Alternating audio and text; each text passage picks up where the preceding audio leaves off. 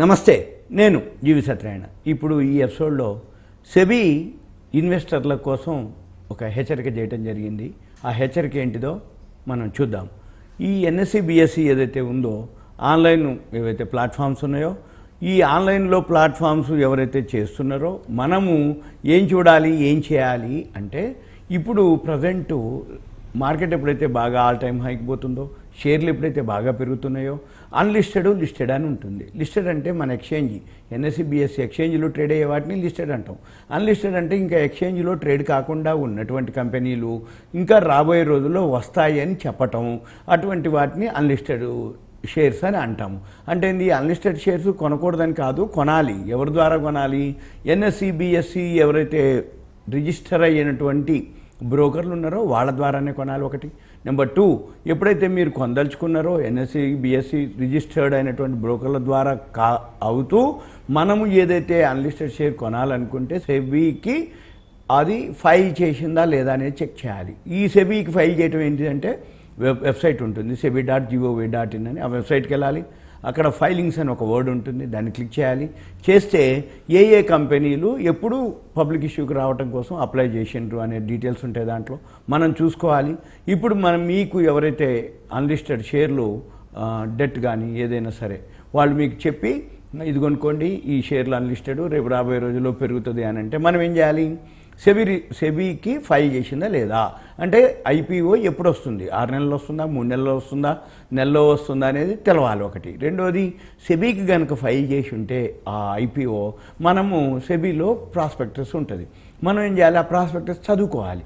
చదువుకుంటే అది ప్రొడక్ట్ చేస్తుందా, సర్వీస్ చేస్తుందా, దాని యొక్క ప్రాఫిట్ అండ్ లాస్ బ్యాలెన్స్ షీట్లు, ప్రమోటర్స్ ఎవరు, వాళ్ళ ఎక్స్పీరియన్స్ ఏంది, వాళ్ళకి ఏమైనా గవర్నమెంట్ నుంచి రాయితీలు ఉన్నాయా, సబ్సిడీలు ఉందా, ఎన్నేళ్ళ నుంచి కంపెనీ ఉంది, దానికి ఒక బ్రాండ్ ఉందా, గుడ్ విల్ ఉందా, ఇవన్నీ కూడా మనం చెక్ చేయాలి. ఎందుకోసం అంటే ఏవైతే అన్లిస్టెడ్ ఏవైతే సెక్యూరిటీస్ ఉన్నాయో అన్రిజిస్టర్డ్ వాళ్ళ ద్వారా మనం కొనుక్కుంటే రేపు మనమే దొరికిపోతాం. అయితే దీని అన్నిటికి కూడా నియంత్రణ ఫ్రేమ్వర్క్ ఒకటి ఉంటుంది. వాళ్ళు అంటే ఈ సెబీ ఏదైతే బిఎస్సి ఎన్ఎస్సిలో సెబీ రిజిస్టర్డ్ అయినటువంటి వాళ్ళ ద్వారా అయితే వాళ్ళు అటువంటివి చేయరనమాట. అంటే ఓన్లీ వాల్యూ ఉన్నటువంటివి, బ్రాండ్ ఉన్నటువంటివి, రేపు రాబోయే రోజుల్లో అది ఐపీఓకి వచ్చేటట్లుంటేనే వాళ్ళు చేయటం జరుగుతుంది. ఇవన్నీ అనమాట. అయితే మనం ఏం చేయాలి?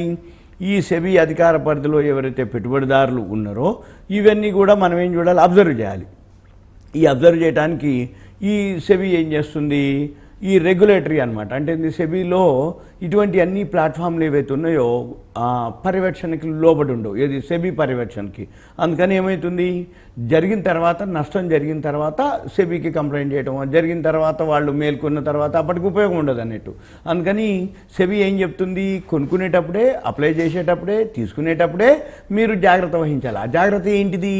రిజిస్టర్డ్ అటువంటి ఎన్ఎస్సి బిఎస్సి మెంబర్ ఉన్నటువంటి వాళ్ళు, వాళ్ళ ద్వారానే మీరు చేయాలి. రెండోది, వాళ్ళ దగ్గర ఏవైతే ఉందో అంటే సెబీకి ఫైల్ చేసినటువంటి ప్రాస్పెక్టస్ ప్రొఫైల్ని వాళ్ళు చెప్తారు, లేదు మనము సెబీ సైట్లోకి వెళ్ళి చూసుకొని చేయాలి. అయితే వీటితోటి ఏమవుతుంది? ఇటువంటి వాటితోటి ఈ పెట్టుబడిదారులు ఎవరైతే పెట్టుబడి పెడతారో వాళ్ళకి రక్షణ లేకుండా పోతుంది. అంటే అన్రిజిస్టర్డ్ అనుకోండి, ఎన్ఎస్సి బిఎస్సిలో రిజిస్టర్ కానిటువంటి వాళ్ళు మామూలుగా ఏమీ లేకుండా, అంటే సెబీలో ఫైల్ చేయకుండానే, ఐపీఓ రాకుండానే ముందుగానే అమ్మేయటం అనమాట. ఇవన్నీ కూడా జరుగుతున్నాయి అనేది అనమాట. అంటే పెట్టుబడిదారులు ఈ మధ్యలో ఎవరైతే ఉన్నారో ఈ రక్షణ అనేది పొందలేరు అనేది అనమాట దాని యొక్క భావం. అయితే దీంతో పాటు ఇవి చట్టపరమైనటువంటి నియంత్రణ పర్యవసానాలు ఉంటాయి. అంటే నమోదు కాని ప్లాట్ఫామ్లు ఎవరైతే ఉన్నారో వాళ్ళు చేసేటటువంటి జారీ చేసే ఏవైతే ఉన్నాయో అవి ఇతర సంబంధ నిబంధనలను ఉల్లంఘించి చట్టపరమైనటువంటి నియంత్రణ చర్యలకు దారి తీయవచ్చు. అవన్నీ తర్వాత జరుగుతాయి అన్నట్టు. ముందైతే మాత్రం ఈ నియంత్రణ మనకు తెలియదు అన్నట్టు. అంటే మనం అయిపోయిన తర్వాతనే తెలుస్తుంది. అయితే పెట్టుబడిదారులకి సెబీ ఏం సలహా ఇస్తుంది? జాగ్రత్త చేసుకోండి, మన పైసలు పెట్టుబడి మనమే పెడుతున్నాం కాబట్టి ఈ నమోదు చేయనటువంటి ఆన్లైన్ ప్లాట్ఫామ్ల ద్వారా ఏదైతే ఉందో మనం వాటిలో పెట్టుబడి పెట్టేటప్పుడు జాగ్రత్తలు తీసుకోవాలి. లేదు రిజిస్టర్డ్ అయినటువంటి ఎన్ఎస్సి బిఎస్సి మెంబర్షిప్ ఉన్నటువంటి వాళ్ళ ద్వారా కనుక తీసుకున్నట్టయితే రేపు ఏదన్నా ఉన్నా కానీ వాళ్ళు రెస్పాన్సిబిలిటీ ఉంటారు, బాధ్యత వహిస్తారు. మనము వాళ్ళని అడగటానికి కానీ ఏదైనా ఉన్నా కానీ చెప్పడానికి కానీ వీలవుతుంది అనేది. అయితే ఈ బిఎస్సి ఎవరైతే ఉన్నారో మనము చెక్ చేసుకోవచ్చు. ఎవరైతే మనం అడుగుతున్నామో, ఎవరైతే ఒక కంపెనీ గురించి చెప్తున్నారో, కొనమని అని చెప్తారో, అన్లిస్టెడ్ ఏవైతే ఉన్నాయో ఇష్యూ కంటే ముందు మనం అడగాలన్నమాట. అడగవచ్చు. ఆ ఇష్యూ ఏదైతే ఎవరైతే రికమెండ్ చేస్తున్నారో మనం చెక్ చేయాలి ఎవరి ద్వారా అవుతుంది అని. వాళ్ళు ఎన్ఎస్సి బిఎస్సి మెంబర్షిప్ ఉన్నవాళ్ళ, సెబీ రిజిస్టర్డ్ ఉన్నవాళ్ళ, వాళ్ళు దాని యొక్క ప్రాస్పెక్టస్ కానీ ప్రొఫైల్ కానీ ఏమైనా డీటెయిల్స్ ఉన్నాయా లేవా అవన్నీ కూడా చూడాలి. వీటితో పాటు ఇవన్నీ కూడా మనం అంటే అబ్జర్వ్ చేయడానికి దానికి సంబంధించినటువంటి మనకి ఏదన్నా అనుమానం వచ్చింది అనుకోండి, ఆ కార్యకలాపాలు అంటే ఇప్పుడు ఎంఐ అని ఉంటుంది, సెబీ యొక్క మార్కెట్ ఇంటెలిజెన్స్, ఎంఐ అంటారు మార్కెట్ ఇంటెలిజెన్స్. ఈ పోర్టల్ ఉంటాయి అన్నీ, మీకు సెబీ వెబ్సైట్ ఉంటుంది, ఎంఐ పోర్టల్ ఉంటుంది. దాని ద్వారా మనము ఈ అన్లిస్టెడ్ షేర్లు ఏవైతే ఉన్నాయో అవన్నీ కూడా అందులో తెలుస్తాయి అన్నమాట. మనం అవే కావు ఇంకా వేరే వేరే కూడా ఉన్నాయి. మీరు గూగుల్కి వెళ్ళి సెర్చ్ చేసి ఎంఐ అని కానీ సెబీ అన్రిజిస్టర్డ్ లేదు ప్రీ ఐపీఓ అని చేస్తే ఉంటుంది. కాకపోతే మనం ఏం చేయాలి, నెంబర్ ఆఫ్ వస్తారు. అయితే మనం వాటిల్లో సెబీ రిజిస్టర్డ్ ఉన్నాయా, ఎన్ఎస్సి బిఎస్సి మెంబర్షిప్ ఉందా లేదా అవి చెక్ చేసుకొని వాళ్ళ ద్వారానే మనం ఫాలో అవ్వాలి. కాకపోతే ఎక్కడ జరుగుద్ది మోసం అంటే ఎవరైతే ఈ SEBI registered NSC BSC membership ఉన్న వాళ్ళ దగ్గర ఎక్కువ ఉంటుంది ధర, మామూలుగా తక్కువ ధర ఉంటుంది వేరే. వాళ్ళు ఏం చేస్తారు, తక్కువ ధర ఉంది కదా మన వాళ్ళు కొంచెం చెక్ చేసినప్పుడు వీళ్ళ దగ్గర అయితే ఎక్కువ ధర ఉంది కాబట్టి ఈ ఎక్కువ ధర ఉన్నప్పుడు ఎందుకులే తక్కువ ధర కొంటారు. కానీ ఆ తక్కువ ధరకు దొరుకుతాయి కానీ అసలే పైసలు పోతాయి. అంటే మనం చూడవలసింది అసలు పైసలా ఎక్కువ ధరనా, అది మనం గమనించాలి. అయితే మనం ఏం చేయాలి, చాలా వెబ్సైట్లు ఉంటాయి కాబట్టి ఈ ఎన్ఎస్సి బిఎస్సి మెంబర్లలో కూడా కాంపిటేటివ్ ఉంటారు, కాంపిటేటివ్ ప్రైస్ ఇస్తారు. మన పని ఏంటిది, ఒక గనక ఐడియా ఉందని ఉదాహరణకి మీకు సింపుల్ అనమాట, ఎన్ఎస్సి ఎక్స్చేంజ్ ఉంది, ఎన్ఎస్సి షేర్ ఉంది, మొన్నటి వరకు 4,000 ఉంది, అది ఒకటికి 5 షేర్లు బోనస్ ఇవ్వడం జరిగింది. ఇప్పుడు 1700 1800 అంటే 100% దాటిపోయింది. అప్పుడు కొనుక్కున్న వాళ్ళకి బోనస్ రావడం జరిగింది. ఇప్పుడు ఎన్ఎస్డిఎల్ ఉంది, డిమ్యాట్ అకౌంట్, అది ఐపీఓలు, ఓవిఓ ఉంది, అటువంటివి. అయితే ఇవి రేట్ ఎక్కువ ఉంటుంది ఎవరి దగ్గర, మెంబర్ దగ్గర.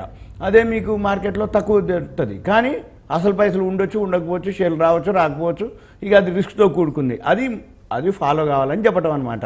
చివరికి సెబీ ఏం చెప్తుంది, ఏవైతే ఈ మార్గదర్శకాలను అనుసరించడం ద్వారా మన పెట్టుబడి ఏదైతే ఉందో అది ఆర్థిక నష్టాల నుంచి రక్షించుకోవటం, రెండోది ఏదైతే పెట్టుబడులు పెడతామో వాటిని చట్టబద్ధమైనటువంటి నియంత్రిత మార్గాల ద్వారా మనము నియంత్రించుకోవచ్చు, నిర్ధారించుకోవచ్చు అనేది వాళ్ళు చెప్పడం అనమాట.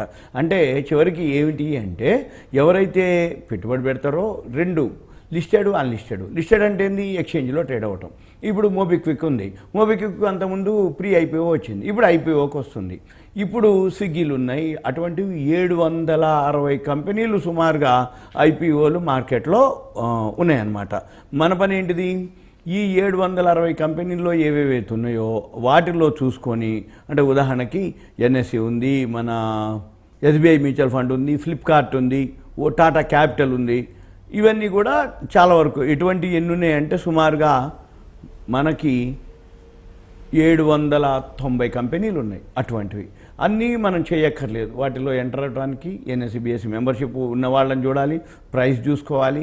మార్కెట్ పెరిగినప్పుడు ఇవి కూడా పెరుగుతాయి, మార్కెట్ తగ్గినప్పుడు ఇవి కూడా తగ్గుతాయి. మనం అవి గమనించి మనం చేయాలి. ఇప్పుడు ఉదాహరణకి టాటా క్యాపిటల్, ఎన్ఎస్సి అనుకోండి, ఫ్లిప్కార్టు, తర్వాత ఎన్ఎస్డిఎల్, నయారా ఎనర్జీ, ఇవన్నీ క్యాప్ జెమిని, ఇవన్నీ నెంబర్ ఆఫ్ అనమాట, ఎగ్జావేరు, ఇవన్నీ మనము చూసుకొని ఏవైతే వాల్యూ ఉన్నాయో, ప్రైస్ ఉందో, గ్రాఫ్ ఉందో, వీలైతే దాని యొక్క ప్రాఫిట్ అండ్ లాస్ బ్యాలెన్స్ షీట్లు, ఇప్పుడు హెచ్డిఎఫ్సి ఎర్గో ఉంది, ఓయో రూమ్స్ ఉంది, హీరో ఫిన్కార్ప్ హీరో వాళ్ళది, తర్వాత బోట్ మన ర్యాపిడో ఉంది, వాళ్ళు కూడా పబ్లిక్ ఇష్యూకి వస్తారు, బిగ్ బాస్కెట్ పబ్లిక్ ఇష్యూకి వస్తారు, ఎన్ఎస్డిఎల్ వస్తారు, కేర్ హెల్త్ వస్తున్నారు.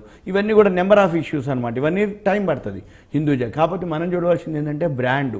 ఎప్పుడైనా కానీ బ్రాండ్ అంటే ఇప్పుడు టాటా గ్రూప్ నుంచి కానీ, ఎక్స్చేంజ్ నుంచి కానీ, ఇంకేదన్నా అంటే మనకు తెలిసిందనుకోండి, కొన్నాళ్ళైనా మళ్ళీ మనకు ఉంటుంది వాల్యూ. ఇది సింపుల్గా మీకు సెబీ హెచ్చరించడం జరిగింది. ఆ సెబీ హెచ్చరించిందే నేను మీకు విశ్లేషించడం జరుగుతుంది. మనము ఎవరైతే ఆన్లైన్లో నిర్వహిస్తారో వాళ్ళు బ్రాండ్ ఉన్నటువంటి ప్లాట్ఫామ్కే వెళ్ళండి అనేది సింపుల్గా విశ్లేషణ. ఇదంతా కూడా ఒక awareness, education, information, knowledge purpose మాత్రమే. Thank you. సెలవు.